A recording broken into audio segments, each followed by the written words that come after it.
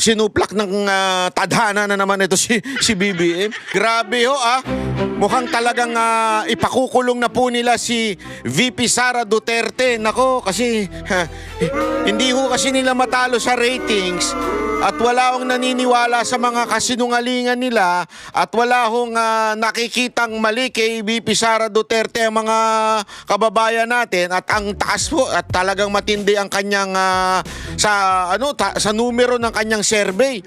Mukhang susunod na talagang pangulo at nakikita naman po natin yan sa galawan ng mga ilang mga kalaban, kaalyado. Pagkakalaban, medyo yung iba sumisip-sip na ngayon kay VP Sara Duterte. Yung iba naman talagang desperado nang siraan si VP Sara Duterte. Pero yung mga kakampi nananatiling palakas ng palakas. Kaya nga ho mga kababayan, lahat to gagawin talaga nito mga damunyo na ito para ho mawala sa picture, ika nga, si VP Sara Duterte pagdating sa 2028 election. Ako. Gago! Kung maaalala ninyo, ginawa yung impeachment, di ba? Kung maaalala ninyo, ginawa yung PI. Lahat yan para maging presidente yung tambaluslus di ba? Pero wala. Hindi effective. Di ba? As in, walang nangyari, nga. Dahil nga naman, hindi yun ang hindi yun ang tamang paraan at wala sila dun sa katotohanan. Etong si VP Sara Duterte, tahimik lang, nagtatrabaho lang, di ba? Ginagawa lang niya yung talagang mandato niya. Tapos, patuloy na umaangat. Etong si BBM at saka yung mga bata niya. Ayun na, negative nga yung isa Di ba? Talagang pabagsak ng pabagsak. Si BBM, presidente na yan, pabagsak pa rin ng pabagsak. Saka nakakita ng ganyan. Di ba? Mamaya may papakita pa po tayo. Talagang sinuplak ko. Alam mo ito si BBM, no? Yung, kasi itong mga tao na to, yung mga lulong. Yung mga lulong na yan. Lulong sa kapangyarihan. Ang akala kasi nila, kontrolado nila lahat ng bagay. Dahil marami silang pera, nasa kapangyarihan sila, babayad sila ng mga media, babayad sila ng mga squammy na vlogger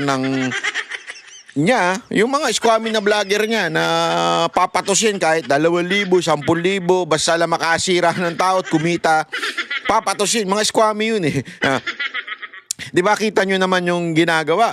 Tapos at the same time, yung mga kaalyado sa politika, lalo na sa kamara, ay talagang todo-todo panggigipit, paninira kay VP Sara Duterte. Kitang-kita nyo yung galawan na yun di ba? Lahat na aspekto ng gobyerno ginagamit para lang talaga masiraan ng kalaban. Pero alam nyo, dahil sa ganyan,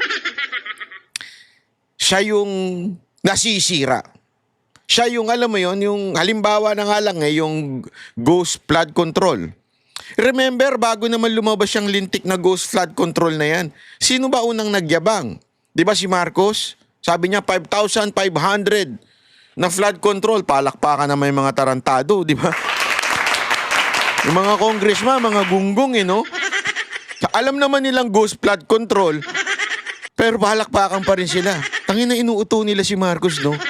Muntakin mo ganun nila ginagago yung presidente. Kasi deep inside them, alam nilang wala yung flood control na yun. Alam nilang ghost yun. Diba? Pero palakpak pa rin ng mga gago. Tanga-tanga ng presidente to. Ganun siguro nasa isip ng mga gago na yun, ano? Muntakin mo. Tapos yung susunod na zona, mahiya naman kayo. Tangin na palakpak pa rin.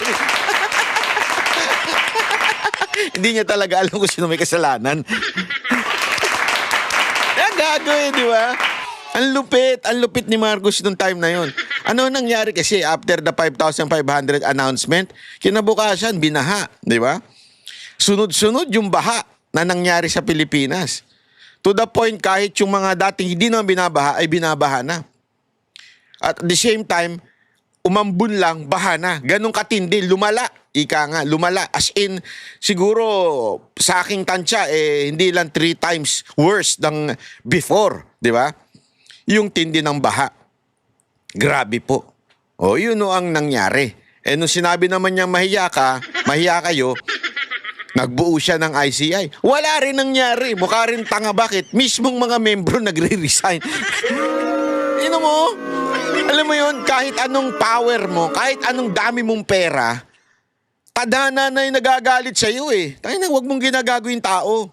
Mantakin mo may utang sa mga membro. Yung sabihin, yung mga commissioner doon sa ICI, walang kapangyarihan, walang naniniwala.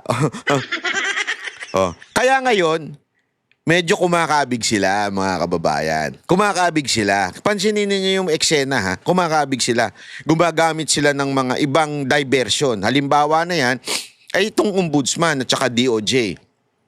Ginagamit nila yan para kasuhan yung mga kalaban, mga prominenteng kalaban. Tatadta rin nila yan eh. Tatadta rin nila lahat ng kalaban kasuhan. Lahat ng big time. Ibig sabihin ng big time, kilala. Halimbawa nga dyan, sila Senator Bong Revilla, o di ba? Si VP Sara Duterte. Kakasuhan nila ng kakasuhan yan para si Bato, yeah? Para talaga mapokus yung ano ng tao doon. Plunder, tinan mo ngayon, plunder case ikakaso kay VP Sara Duterte. Aside from yung focus ng tao mapunta doon, ang talagang gusto nila mangyari, ma-disqualify siya. Remember, hawak ng ombudsman yan. Sino ba yung ombudsman? The ombudsman was appointed because of the principle of Bendalo. Gago! Literally, Bendalo. Bakit? Tandaan ninyo, merong pending case si Remulla bago siya na-appoint as ombudsman, which is bawal na bawal yun. Tapos ang daming conflict of interest. Alam naman po natin ang pamilya Remulla. Kaya talagang, alam mo, kahit baliin nila, i-bend nila, yung law, maloloko talaga sila. Magkakaloko-loko sila. Bakit? Kasi if you can bend the law here on earth, you cannot in heaven. Tandaan niyo yan. Sabi nga, di ba, alam niyo yung sa ano, ito, malinaw ho ito. Ito yung life lesson. Hindi lamang po sa gobyerno, pati sa buhay natin. Naalala nyo yung the Lord's Prayer? Di ba meron nakalagay doon na Thy kingdom come, Thy will be done on earth as it is in heaven. Anong ibig sabihin po nun? Malalim po yun. Hindi lang po yun ay isang panalangin na minemorize natin nung bata natin tas sinasabi natin pag natatakot tayo o whatsoever. Yun po ay sinasabing may prinsipyo ang lupa at ang langit. Kaya nga, Panginoon, ang gusto ko mangyari, yung iyong kaharian, yung iyong will, ang mangyari sa lupa, hindi lang dyan sa langit. Yun yung hinihingi mo pag nananalangin ka. Dapat pati yung kagustuhan mo dito sa lupa ay mangyari. Ano ibig sabihin? Simple-simple. You can bend all the law in the land. You can do anything in the land. Siyempre, pag may pera ka, kaya mong lusutan yan. But you cannot bend the law of God. Ano yun? Pag ikaw nandihado ng kapwa, may balik sa'yo yan. Pag ikaw gumawa ng kabutihan sa'yo, may balik din sa'yo. Kabutihan sa kapwa, may balik din sa'yo yan. Di ba? So, ano man ang gawin mo sa kapwa mo, ay babalik sa'yo. Yan ay isang katotohanan, no? Isang batas na hindi mo pwedeng baliin. Baliin nyo man ang lahat ng batas, ng requirement ng pagiging ombudsman, hindi nyo mababali yan. Ibig sabihin, manarantado ka, and maybe now, dahil you are in power, nananalo ka. But eventually, all secret will be revealed. Lahat po. Kaya nga ngayon, kita ninyo, yung sikretong ghost control project, lumalabas na. Di ba? Nakikita niyo yan. Sabi ko nga sa inyo, ako mismo naka-experience niyan. Bakit kanyo? Nung tayo ay bumatikos kay Zaldico, naalala nyo? Yung, ano yun kaya niya ako dinimanda dahil dito Diniscuss ni Joel Villanueva, Senator Joel Villanueva, yung laptop scam na nangyari, laptop scandal na nangyari, at the same time yung flood control. Diniscuss niya in his privilege speech sa Senado. Tayo, nireaksyonan natin. Sinasabi natin na, hoy, Zaldico, panagutan mo to, sagutin mo yung sinasabi ni akusasyon ni Villanueva, sagutin mo ito, totoo ba ito? Alam mo ginawa nung mama? Kinasuhan ako, pinahirapan ako. Kasi ganun naman ang purpose nila eh. Kahit walang kwenta yung kaso, pahihirapan ka lang nila. Di ba? Ganyan sila kagago eh. Pahihirapan ka, so kinasuhan ako. Kinasuhan ako doon sa kanyang probinsya para magastos para sa akin, magastos para sa abogado ko, at mahirapan ako. Yan ang kanyang purpose. But lo and behold, because tayo'y nanindigan lang doon sa katotohanan.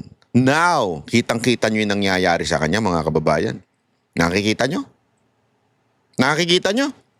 Ngayon, tinanggalan na siya ng passport. Mamaya, ibabalita natin yan. Tinanggalan na siya passport at hinahunting na siya ngayon. Siya na ang nawawaran. Yung inisip niyang ako ay makulong at mawaran, siya ang nawaran. Kasi nga mga kababayan, ito hindi pagyayabang. Hindi ho ito pagmamalaki. Ha? Ang lagi ko lamang po sinasabi kasi, pag ikaw gumawa ka ng mali sa kapwa mo, nandiado ka ng kapwa mo, may balik sa iyan. Tandaan mo, may balik lagi sa iyan. Ganyan ang ginagawa ngayon kay VP Sara Duterte. Okay, go. I-push nyo yan ng i-push. Kung yan ang talagang paraan ninyo para lokohin ang taong bayan, bahala kayo. Dahil darating ang panahon, may bawi dyan ang Diyos. Kung hindi totoo yung mga inyong mga paratang. Kasi tandaan ninyo don't forget this. Ganyan din naman ang ginawa nung kay Pangulong Duterte noong 2022. Siniraan siya ng siniraan. Sa babae, sa may bank account, lahat sinira sa kanya. Anong nangyari? Landslide, presidente yung mama. Na isang probinsyano lang, sabi nga niya, lagi niya sinasabi, isang probinsyano, isang taga Mindanao lang ako. First time nagkaroon ng presidenteng ganito. Totoo eh. Bakit? Tao ang nakarealize. Kinakawawa itong maman to. Yan ang ginagawa nyo ngayon kay VP Sara Duterte. Huwag kasi kayo magpabulag kay Trillanes. Tanga yan mula noon pa. Mahina ang kukote niyan. Hindi wala akong biro. Mahina po ang kukote niyan. Kaya wag ho kayo nagpapaniwala ho dyan. Eto panoorin nyo. Siya ho may pakana nitong, may pakana. Siya ho na naman yung sinasabi niya may plunder eh. Ito. Pasok. May magsasampa raw ng kasong plunder kay Vice President Sara Duterte ngayong linggo. Ayon po yan sa dating senador at kilalang kritiko ng mga Duterte na si Antonio Trillanes. Sa programang Sa Totoo Lang ng 1PH, sinabi ni Trillanes na magbubula raw sa mga miyembro ng simbahan at civil society groups ang naturang kaso. Dahil daw ito sa maanomalya umanong confidential funds ng bise at iba pang issue sa opisina ng Office of the Vice President. Sinabi rin ni Trillanes, posibleng mabunyag ngayong linggo ang mga nakaw o banong yaman ni VP Sara. Ang Ombudsman kasi at ang Anti-Money Laundering Council, meron silang memorandum of agreement na pwede silang magbigay ng flag transactions. Yun na ngayon ang magiging tulay para dyan sa pag-expose na yung mga bank accounts na yan. Makikita nyo, bilyon-bilyon ang ninakaw ni Sara Duterte. Ayan. Kitang-kita nyo? Bilyon-bilyon ang ninakaw ni Sara Duterte. Ito, yung taong laging galit sa mga Duterte dahil alam naman po natin na siya ay, sabi nga ni Pangulong Duterte, tinanggihan nung siya ay nag-a-apply bilang Vice President niya nung 2016 election. So sa madaling bitter na bitter to. At ang gustong palabasin nito ay yung siya yung nagre-reveal ng mga corruption. Pero, never nagsalita ito ng flood control project. Wala ho ito. Naglaho siya. Doon sa issue ng flood control project, naglaho siya. Kung talagang concern siya sa bilyong-bilyong corruption, bakit hindi siya nagsalita doon? Doon, hindi lang bilyon, trilyon nga, sabi nung isang commissioner ng ICI. Trilyon nga yun ninakaw doon Dito, bilyon-bilyon pero concern na concern siya. ganyan no si Trillanes. At alam naman po natin, si Trillanes din ang naglabas noong BPI account di umano ni Pangulong Duterte na eventually napatunayan ng abogado ni Pangulong Duterte na si Sal Panelo na peke yung mga account na yon, di ba? At ang akala niya, maniniwala ang tao kasi alam niyo ginawa niya, last minute niya. Last 2 minutes, actually, doon nataranta ang campaign team ni Pangulong Duterte kasi last 2 minutes, nagpakalat ng fake news si Trillanes. Ito talagang operator ng fake news eh. Nagpakalat po siya ng fake news. Sabi niya, ganito. Wala nang time para sumagot. Buti na lang, nakausap ni Sal Panelo ang BPI. Kasi yun yung BPI account eh.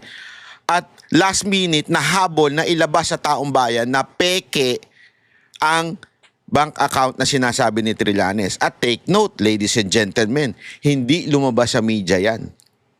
Buti na lang nandun ang SMNI noon at ang naglabas niyan, yung SMNI.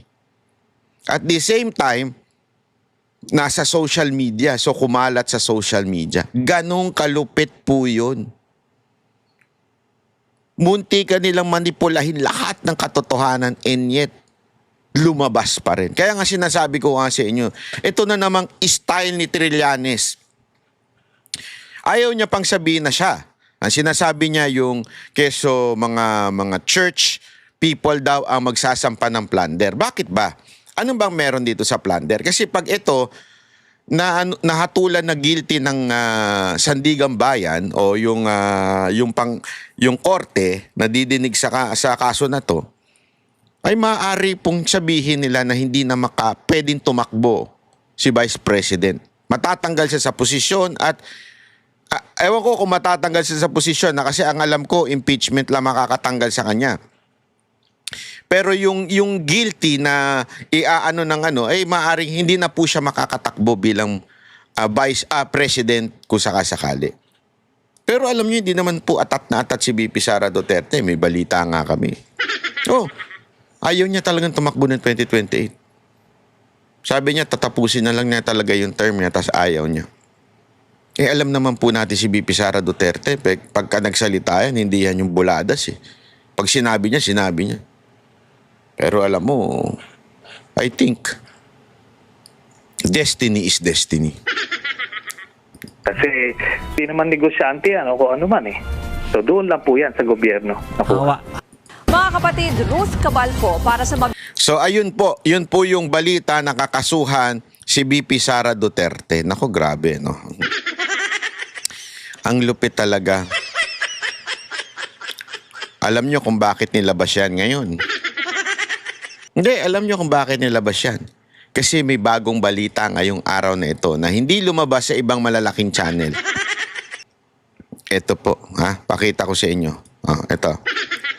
Samantala, tumaas sa higit 2 milyon ang bilang ng mga Pilipinong walang trabaho o kabuhayan noong Oktubre 2025. Ito ay batay sa pinakabagong labor force. Grabe 1.9, 2. Naku, pataas ng pataas talaga. Naku po. Hayop yan, Survey ng Philippine Statistics Authority o PSA. Ayon kay PSA Chief at National Statistician Claire Dennis Mapa, na umabot sa 2.54 million ang bilang ng mga Bukas si Sante ka na animal ka, ba't mo nilabas? Sasabihin ng Malacanang. May tatawag sa'yo, hello? Bakit mo nilabas yan?